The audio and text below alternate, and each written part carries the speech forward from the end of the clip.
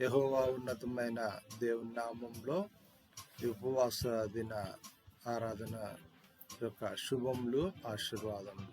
యెహోవా దైవ సన్నిధి మనల్ని మనం దేవునికి కనపరుచుకునే సమయం. ఉపవాస దినములలో దేవుని సమీపించి స్తుతించి ఆరాధించే సమయం దేవుడు మనకు అనుగ్రహించాడు. అందును బట్టి దేవునికి కృతజ్ఞతలు. హల్లెలూయా. చేతులు చెప్దాం. హల్లెలూయా. పాటల ద్వారా ఆరాధన ప్రారంభించుకుందాం. కలిసి దేవుణ్ణి ఆరాధిద్దాం. హల్లెలూయా. ప్రార్థన వినడి పావనుడా, ప్రార్థన మాకు నేర్పుమయా. ప్రార్థన వినడి పావనుడా, ప్రార్థన మాకు నేర్పుమయా. శ్రేష్టమైన భావము గూర్చి శిష్య బృందముకు నేర్పితివి.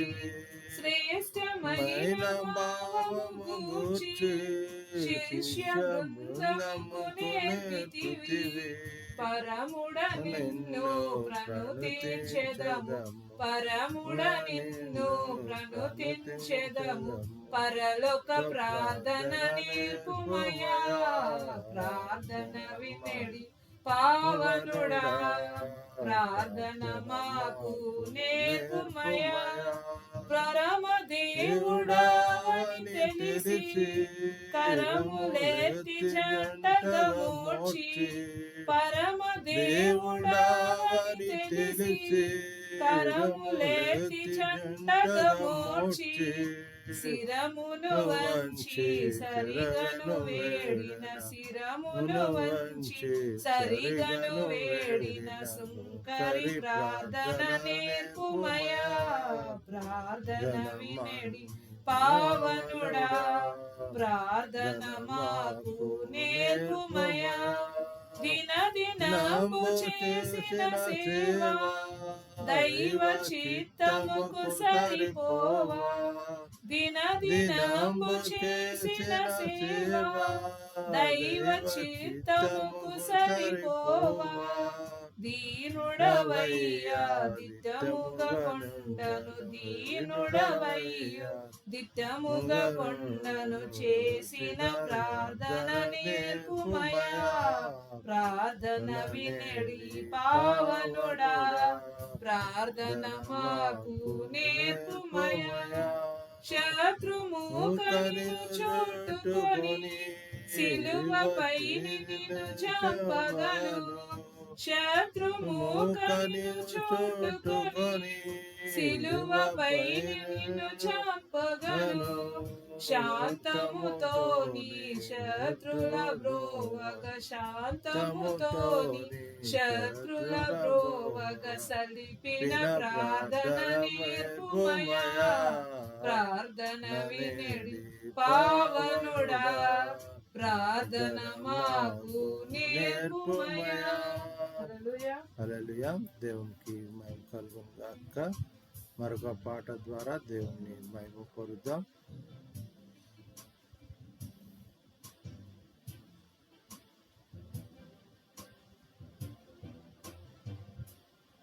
నీవేనా సంతోషగానము, రక్షణ శృంగము, మహాశైలము.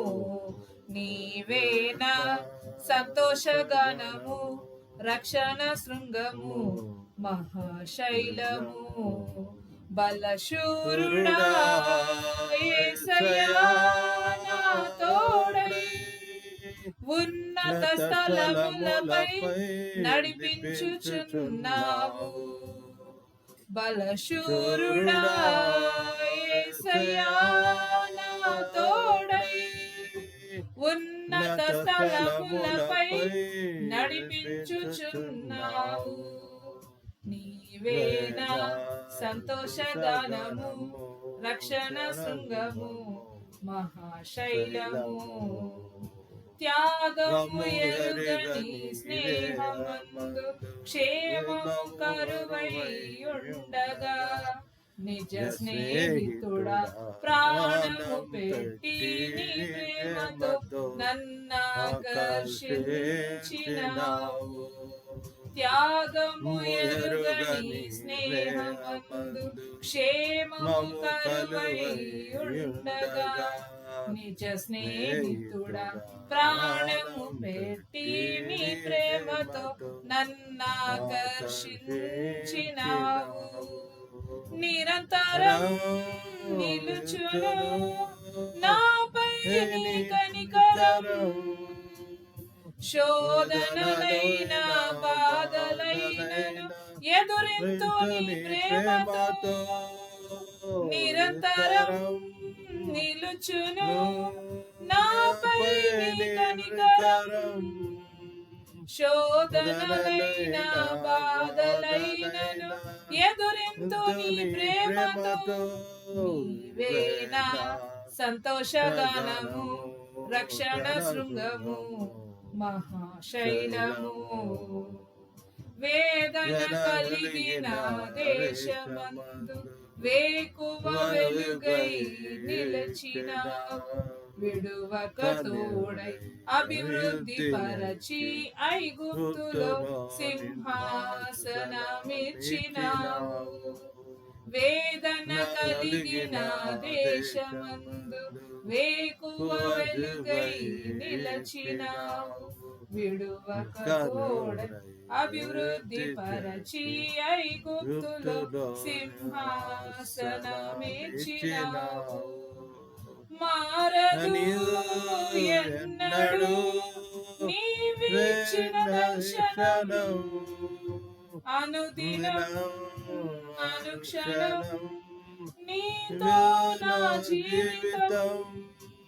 మారదు ఎన్నడు నీవిచ్చిన దర్శనం, అనుదినం అనుక్షణం నీతో నా జీవితం.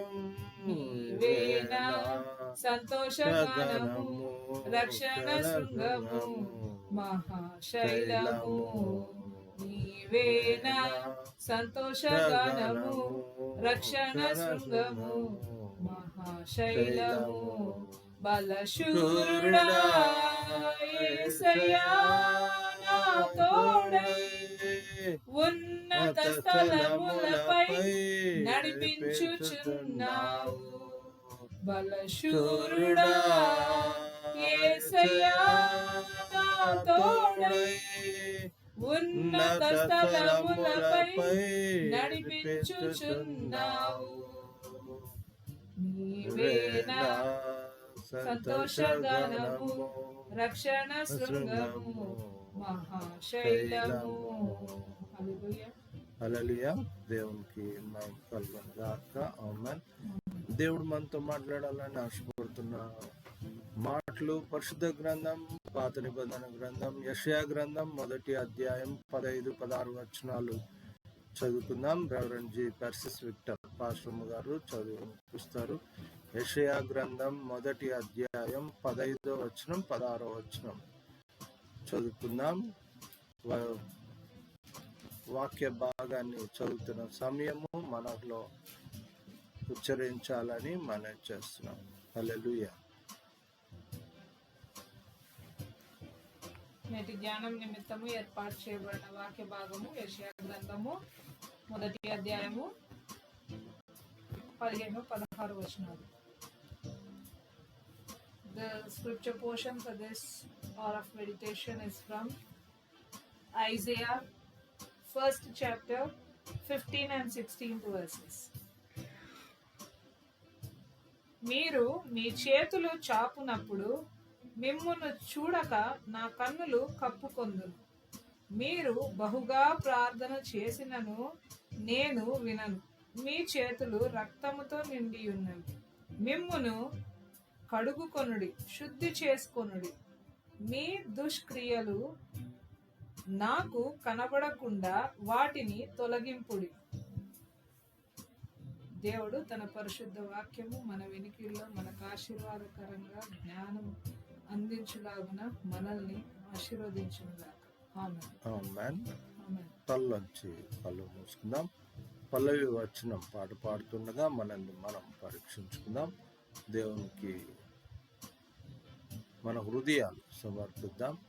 జీవము ముద్రింపదగ రీతిగా మనల్ని మనం దేవునికి సమర్పించుకున్నాం. హల్లెలూయా.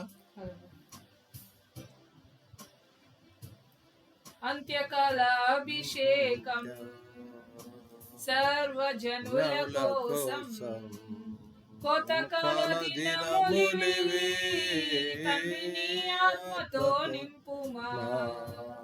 అంత్యకాల అభిషేకం సర్వజనుల కోసం కోతకాల దినములివి తండ్రిని ఆత్మతో నింపుమా. మండే అగ్నిరా దేవా అన్య భాషలతో అభిషేకించు. ఎగసే గాలల్లే నన్ను తాకుమా. జీవనది వలె ప్రవహించుమా. మండే అగ్నిరా దేవా అన్య భాషలతో అభిషేకించు. ఎగసే గాలల్లే నన్ను తాకుమా. జీవనది వలె ప్రవహించుమా. ఎముకలలోయలోన గొప్ప సైన్యమునే చూడగా నీ అధికారం దయచేయుమా. జీవమారమ్మని ప్రవచించేదా.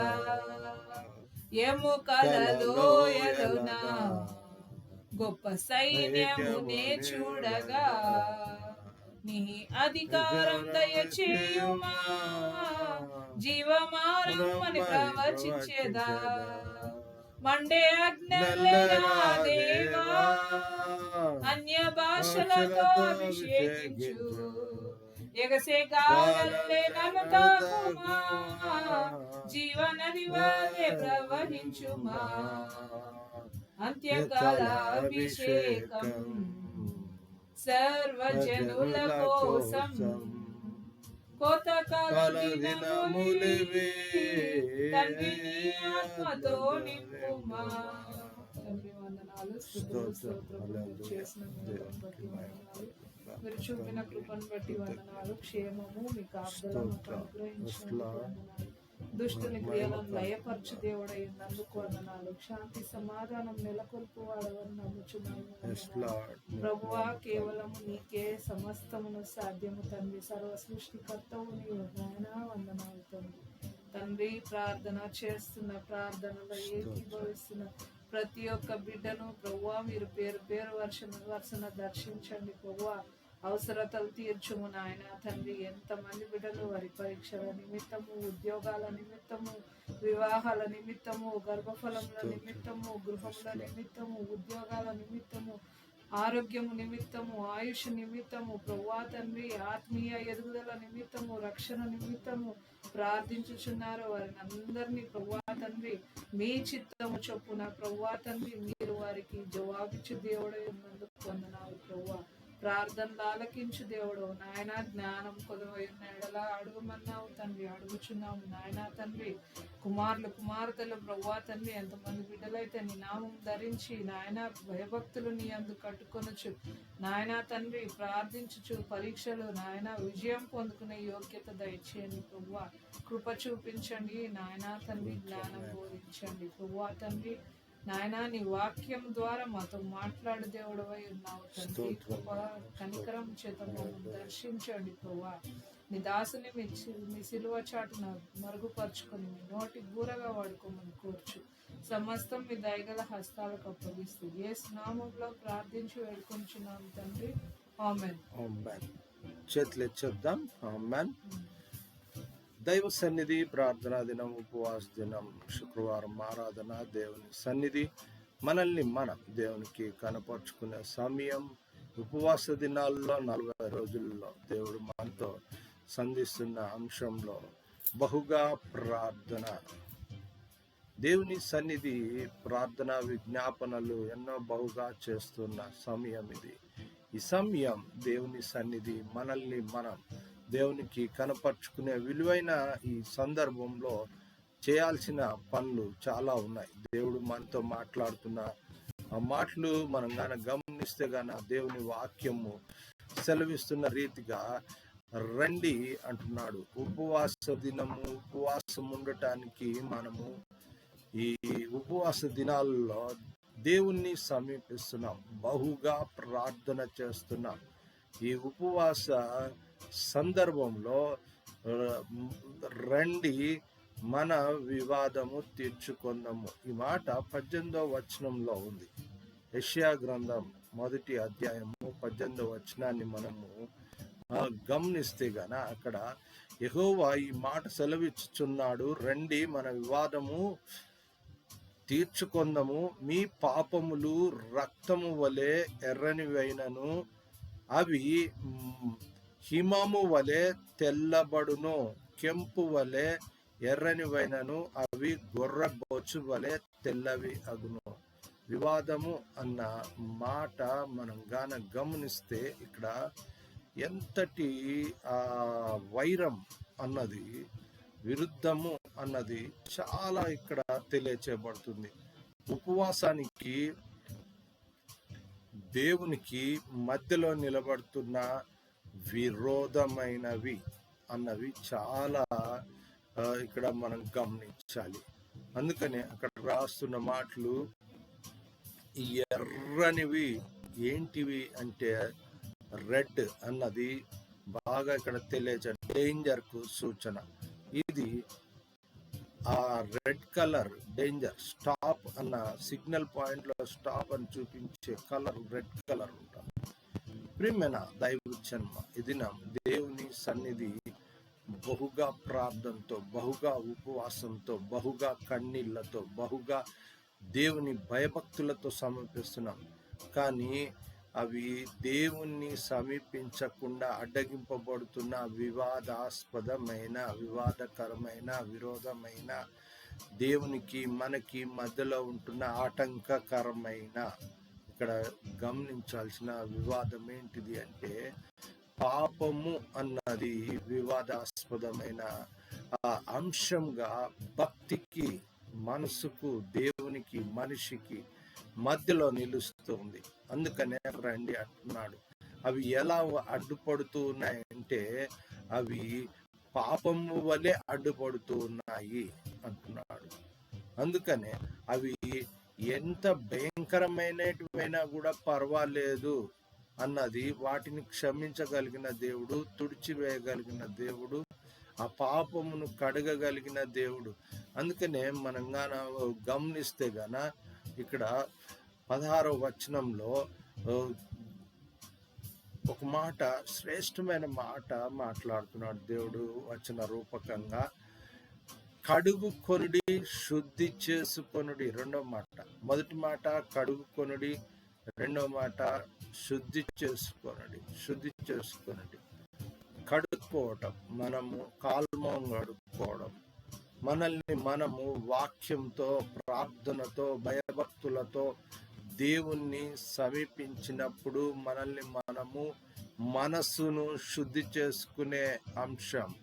ఉపవాసం అనేది కూడా భక్తి శ్రద్ధలతో దేవుణ్ణి సమీపించేటప్పుడు ఇది ఒకలాంటి శుద్ధి చేసుకోవటానికి, శుద్ధి చేయడానికి, అంటే మనసును శుద్ధి చేసుకుంటున్నాం మనం.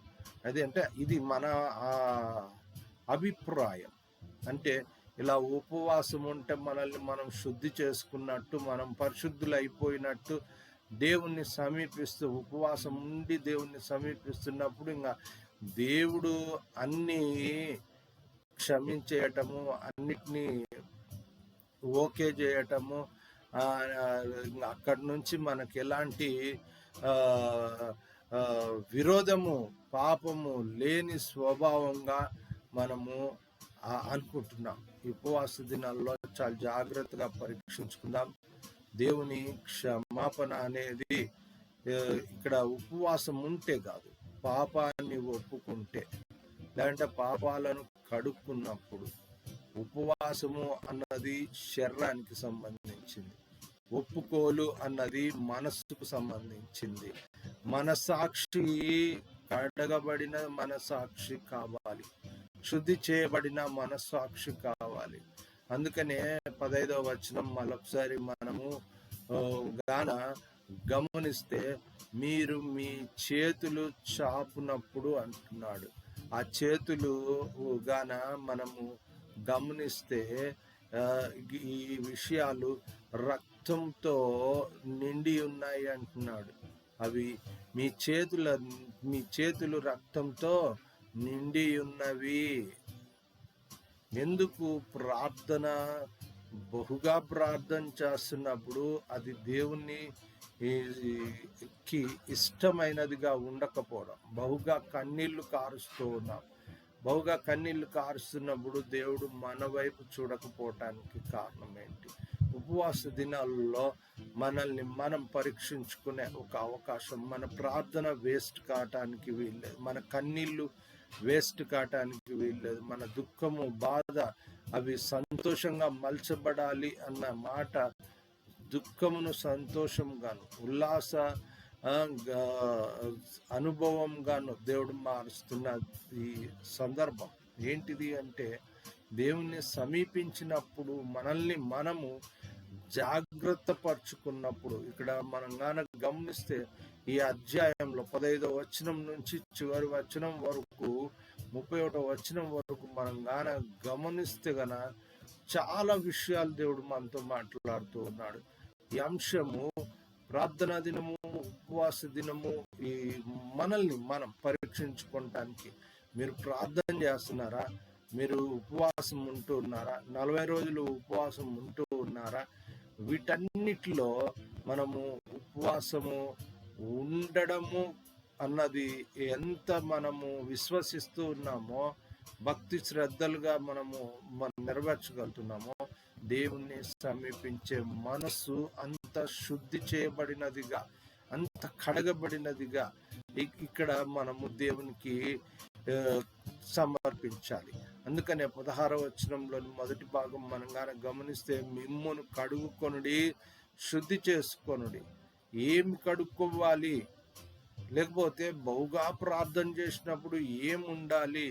భయభక్తులు కలిగి ఉన్నప్పుడు ఏముండాలి?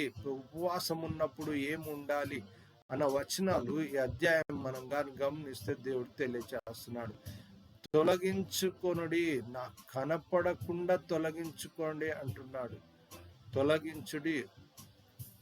ఒక రాయి రోడ్డుకు అడ్డంగా పడిందంటే దాన్ని ఏం చేస్తాము? మార్గానికి అనేకులకు అది ఆ దారి గుండా ఆటంకంగా ఉంటుంది కాబట్టి ఆ రాయిని తొలగించడం జరుగుతుంది. అట్లానే మనస్సులో దేవుని ఆశీర్వాదాలు అవి ఆ మార్గం గుండా విశ్వాసము, భయభక్తులు, బహుగా ప్రార్థన, ఉపవాసము, కన్నీళ్లు, భయభక్తులు అన్న ప్రవాహానికి అడ్డుగా ఉంటున్నది. ఏమేమి అన్నవి చాలా విషయాలు ఉన్నాయి ఇక్కడ. ఆ విషయాలు కొన్ని గమనిద్దాం. మొదటిది దుష్క్రియలు అంటున్నాడు. రెండవది కీడు చేయటం మానండి అంటున్నాడు. ఈ రెండు చాలా నెగటివ్ ఆస్పెక్ట్ లోటివి, కానీ పాజిటివ్ ఆస్పెక్ట్ కూడా ఉంది. అంటే నీవు మంచివి చేయవలసినవి కూడా ఉన్నాయి.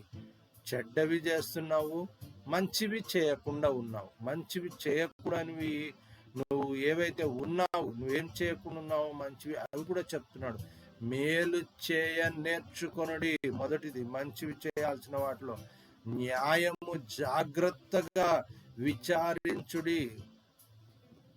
మూడవది హింసించబడు వానిని విడిపించుడి. నాలుగోది తండ్రి లేని వానికి న్యాయము తీర్చుడి. ఇక్కడ గమనించాలి, తల్లిదండ్రులు ఉండి వారిని పోషిస్తూ వారి సంరక్షణ చూస్తుంటారు, కానీ నిజంగానే ఫిజికల్గానే లోకంలో వారి కన్న తల్లిదండ్రులు లేకపోతే వారి పక్షంగా ఎవరుంటున్నారు అన్న మాట ఒకసారి గమనిస్తే, ఉపవాస దినాలు, ప్రార్థనా దినాలు, భయభక్తులతో దేవుని సమీపిస్తున్న దినాల్లో నా తల్లిదండ్రులు లేరు కదా అని మనం అనుకుంటున్నామా? చాలా పొరపాటు అది. దేవుడు ఆ స్థానంలోనికి వచ్చాడు. ఆ స్థానంలో దేవుడే తల్లిగా, తండ్రిగా, భర్తగా నీకు తోడుగా ఉంటూ ఉన్నాడు. దేవుడే ఆ మాటలు చెప్తూ ఉన్నాడు. ఏం చెప్తున్నాడు ఆ మాటలు అంటే, నేను నీకు నీ తల్లిని తండ్రిని మర్చినా కూడా నేను నిన్ను మరువను అని చెప్తున్నాడు దేవుని వాక్యంలోని మాటలు. అందుకనే తండ్రి లేని వానికి న్యాయము తీర్చుడి. ఇంకా వారిని అడిగేటోడు ఎవరు లేరు కదా, వాళ్ళ అమ్మ లేదు, వాళ్ళ నాయన లేదు, వాళ్ళని ఎవడు అడగడలే అనుకుంటున్నామో జాగ్రత్త. దేవుడు అడుగుతున్నాడు నేను ఇది. నా తల్లిదండ్రులు లేరు కదా, ఇంకా అడిగేటోళ్ళు ఎవరున్నారు అని అడగకపోతే మనకేమి, అడిగినంత పని బాధ్యత నష్టము అని అనుకుంటున్నామా? ప్రియమైన దైవజనమా, దేవునికి నీ ప్రార్థన వినపడకపోవటానికి, నువ్వు చేతులు చాచినప్పుడు నిన్ను చూడకపోవటానికి అవే కారణము. తండ్రి లేని వానికి న్యాయం తీర్చకుండా ఉన్నావా? ఇక్కడ ఇంకొక మాట, భయంకరమైన మాట చెప్తున్నాడు, విధవరాలి పక్షముగా వాదించుడి అంటున్నాడు. ప్రియమైన దైవజనమ్మ, ఇక్కడ విధవరాలి పక్షంగా చెప్పబడుతున్న మాట ఇది. ఇంకా దేవుని సన్నిధిలో క్షమింపరాని నేరములలో భయంకరమైన నేరం ఇది. ఏంటిది అంటే, ఆమె పక్షంగా మీరు వాదించాలి అంటున్నాడు. యాక్చువల్గా ఇక్కడ కూడా నేను నీకు భర్తనై ఉంటిని అన్న అంశాన్ని మనం ఇంతకు ముందు సందేశాల్లో మనం చూసాం. పెనిమిటిని అని చెప్పాడు దేవుడు. గడిచిన సందేశాల్లో మనం చూసాము ఈ మాటలు. అంటే ఆ భర్తను కోల్పోయిన బిడ్డను విధవరాలు అంటున్నాడు. ఆ విధవరాల పక్షంగా ఎవరున్నారంటే దేవుడే ఉంటున్నాడు. నీ పెనిమిటి నేనే అంటున్నాడు దేవుని వాక్యంలో అన్నమాట. కనుక ఇప్పుడు మనం గమనించాలి, ఏదైనా ప్రార్థన బహుగా చేస్తున్నా, బహుగా కన్నీళ్లు గారుస్తున్నా, బహుగా మనము ప్రలాపిస్తున్నా, బహుగా మనము దేవుణ్ణి సమీపిస్తున్నా, అవి దేవుడు చూడకపోవటానికి, పట్టించుకోకపోవటానికి, వినకపోవటానికి, ఆ ప్రార్థన నెరవేర్చకపోవటానికి, ఆ ప్రార్థనకు జవాబు రాకపోవటానికి కారణాలు ఏంటి అన్న విషయాలు, లేకపోతే ఉపవాసంలో మనం ఏం చేయాలి, ఉపవాసానికి ఒక ప్రత్యేకమైన ఆ నడిపింపును మనము మన జీవితాల్లో దేవుని ఆశీర్వాదానికి కావాల్సిన నడిపింపును మనం ఏం పొందుకోవాలి అన్న మాట మనం గాన గమనిస్తే, చేయకూడని భయంకరమైనటివి దుష్క్రియలు, కీడు చేయటము, హింసించే ఆ లక్షణాలు, చేతులకు మీకు రక్తంతో నిండి ఉన్నాయి అన్న పనులు ఇక్కడ చేయకుండా ఉండాలి అంటున్నాడు. సరే, ఇవన్నీ ఏం చేయడం లేదు కదా, నేను నిర్దోషిని అని అనుకుందాం. కానీ మేలు చేయనెరిగి ఉండి మేలు చేయకపోయినా కూడా పాపము అని దేవుని వాక్యం సెలవిస్తుంది. కనుక ప్రభువా నన్ను క్షమించు. అలా దేవుని సమీపిద్దాం. ఈ ఉపవాస దినం, ప్రార్థనా దినం మేలు చేయ నేర్చుకోండి. న్యాయము జాగ్రత్తగా విచారించుడి. హింసింపబడు వారిని విడిపించుడి. తండ్రి లేని వారిని న్యాయం తీర్చుడి. విధవరాలి పక్షంగా వాదించుడి. దేవుని మాటలు ఈ దినం తెలియజేస్తున్నాయి. ఇంకొక భయంకరమైన లక్షణాలు ఉన్నాయి. ఏంటివి అంటే 3 లక్షణాలు చెప్పాడు. ఈ 28వ వచనంలోని మాటలు మనం గాన గమనిస్తే, ఈ భయంకరమైన 3 లక్షణాలు ఏంటిది అంటే, పాపము అన్నది దేవునికి విరోధమైంది. యెహోవాను విసర్జించువారు భయంకరమైన మనుషులు ఎవరు అంటే, దేవుణ్ణి, ప్రభువైన యెహోవా, ఉన్నతమైన దేవుణ్ణి, యేసుక్రీస్తు ద్వారా రక్షణ, బాప్తిసము, దేవుని యందు ప్రభు శరీర రక్తాలు తీసుకొని దేవుడు ఏం చేసినాడు నాకు అనే మనుషులు వదిలేసి వాళ్ళ స్వత అభిప్రాయంతో జీవిస్తూ ఉంటారు. దేవుని మేలులన్నీ పొందుకున్నాక ప్రలోభాలకు పడిపోయే వాళ్ళు ఉంటారు. విశ్వాసానికి, అందుకనే అంతం వరకు తన విశ్వాసమును కాపాడుకొని వాడే రక్షింపబడును. దేవుని వాక్యం సెలవిస్తుంది.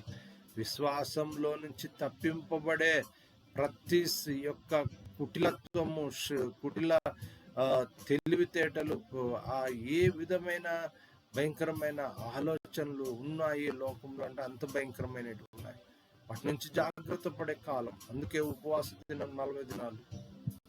ప్రభువా, విశ్వాసంలో బలపరచు, విశ్వాసంలో స్థిరపరచు, భక్తి శ్రద్ధలు మనం చాలా జాగ్రత్తగా నెరవేరుస్తున్నాం. కానీ దేవుడు చూసే మనసాక్షి, వాతవేయబడిన మనసాక్షి అంటున్నాడు. ఎందుకంటే దాన్ని కాపాడుకోలేకపోతే వాతవేయబడిన మనసాక్షిలోకి వచ్చేస్తుంది అది. కనుక ప్రియమైన దైవ జన్మ కాపాడుకునే అంటే దేవుడు చూస్తున్న విశ్వాసాన్ని కాపాడుకోవాలి. అది అంతం వరకు, ఎంతవరకు దీనికి లిమిట్, నేను 45 దినాలు కాపాడుకుంటే చాలా అంటే బహు జ్ఞానం లేని మాట అది. ఏంటిది అంటే ప్రభువు రాకడ వచ్చేంత వరకు, లేక నువ్వు ఎత్తబడేంత వరకు నీ విశ్వాసాన్ని నువ్వు కాపాడుకోవాలి. జీవితం అంతం వరకు నీ విశ్వాసాన్ని నువ్వు కాపాడుకోవాలి. ప్రభువా, నాకు అలాంటి బలమైన విశ్వాసాన్ని నాకు దయచే. అలాంటి బహు ప్రార్థన, దేవుడు చూసే ప్రార్థన, పశ్చాత్తాపం, విరిగి నలిగిన మనస్సును దేవుడు చూస్తున్న దేవుడు. విరిగి నలిగి ముక్కలు చెక్కలు మనసును చేస్తున్న లోక పరిస్థితులను కాదు దేవుడు చూస్తుంది. ఆ పరిస్థితులలో నీవు దేవుని వైపు ఎంత తిరుగుతున్నావు, ఎంత శుద్ధి చేయబడ్డావు, ఎంత కడగబడుతున్నావు, ఎంత దేవునికి సమీపంగా నడుస్తూ ఉన్నావు. కనుక దేవుని మహాకృప.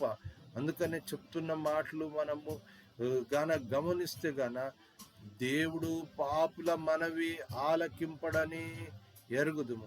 ఎవడైనాను, ఇక్కడ రాసిన 2 మాటలు చాలా మంచి మాటలు రాశాడు.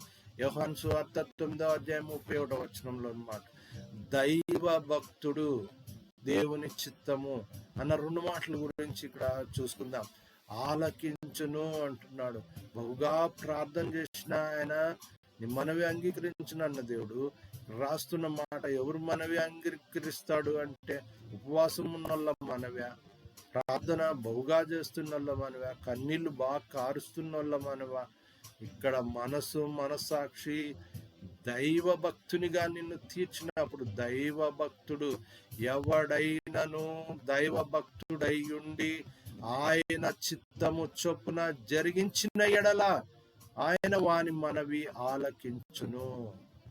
ఎప్పుడు ఆలకిస్తాడంటే ఆయన చిత్తాన్ని నెరవేర్చినప్పుడు. ఇక్కడ మనం చాలా జాగ్రత్తగా గమనించాలి. తన ప్రియులు నిద్రించుండగా వారికి ఇచ్చుచున్నాడు అంటున్నాడు. అంటే ఏంటిది? ఇది దావీదు కీర్తనలోని మాట. అంటే నీవు ఆయన చిత్తాన్ని నెరవేరుస్తున్నప్పుడు, ఆ మనసాక్షి దైవ భక్తునిగా దేవుణ్ణి మహిమపరుస్తున్నప్పుడు, నువ్వు ప్రార్థన చేయకపోయినా కూడా, నువ్వు ఏమి తిందువా, ఏమి తాగుదువా, వాటి గురించి చింతపడదు. అవి నీ పరలోకమందున్న తండ్రి వాటిని చూచుకొను అన్న మాట గమనించాలి. అంటే నువ్వు ప్రార్థన చేయకపోయినా, అడగకున్నా కూడా నీకు మేలు ఏంటివి, ఆశీర్వాదకరమైనటివి ఏంటివి?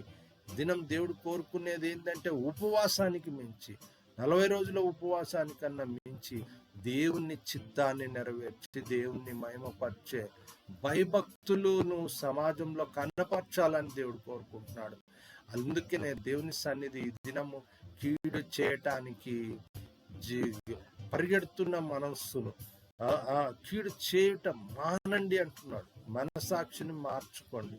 అందుకనే దేవుని సన్నిధి దినము మన హృదయాలు, అక్కడ మనం కానీ గమనిస్తే మళ్ళీ నిన్ను పునరుద్ధరిస్తానంటున్నాడు. ఈ వచనంలో మనం గాన గమనిస్తే దేవుని మహిమ ఈ అధ్యాయం చివరి 3 వచనాలలో మనం 4-5 వచనాలు గమనిస్తే అక్కడ రాస్తున్నాడు. ఇంతకు ముందు ఎలా నిన్ను ఆశీర్వదించానో అంతకన్నా ఎక్కువ నిన్ను ఆశీర్వదిస్తానని చెప్తున్నాడు. 26వ వచనంలోని మాట మనం గమనిస్తే అక్కడ రాస్తున్నాడు. ఏంటిది అంటే న్యాయాధిపతులను, ఆలోచనకర్తలను, నీతిగల పట్టణమని, నమ్మకమైన నగరమని నిన్ను అలా తీర్చిదిద్దను అంటున్నాడు. ప్రియమైన దైవజన్మ, ఇది కట్టడాల గురించి, మనుషుల యొక్క శరీరానుసారమైన నడిపింపు గురించి కాదు. ఇది ఆత్మానుసారంగా నిన్ను ఉపవాసంతో కడితే ఏముండాలి? నీతి న్యాయములు ఉండాలి. అందుకనే 27వ వచనం గమనిస్తే విమోచన కలుగును అంటున్నాడు. దేనివల్ల విమోచన కలుగును అన్న మాట మనం గమనిస్తే ఆయన ఎలా విమోచిస్తానన్నాడు? న్యాయము చేత, నీతి చేత నిన్ను విమోచిస్తానంటున్నాడు. విమోచన అన్నది రక్షణ అనుభవం. రక్షణ అన్నది పరిపూర్ణత ఎప్పుడు అంటే నీతి న్యాయముల వలన. కనుక అలా నన్ను శుద్ధి చేయి ప్రభువా, నన్ను కడుగు, నా మనసాక్షిని, అంతరంగాన్ని. బహుగా ప్రార్థన అనుభవముకు మించినది నీ చేత కడగబడి నీ చిత్తమును నెరవేర్చగలిగిన నీ కుమారుని కుమార్తెగా నన్ను తీర్చిదిద్దు అన్న బిడ్డలు తల్లొచ్చి కళ్ళు మూసుకుందాం.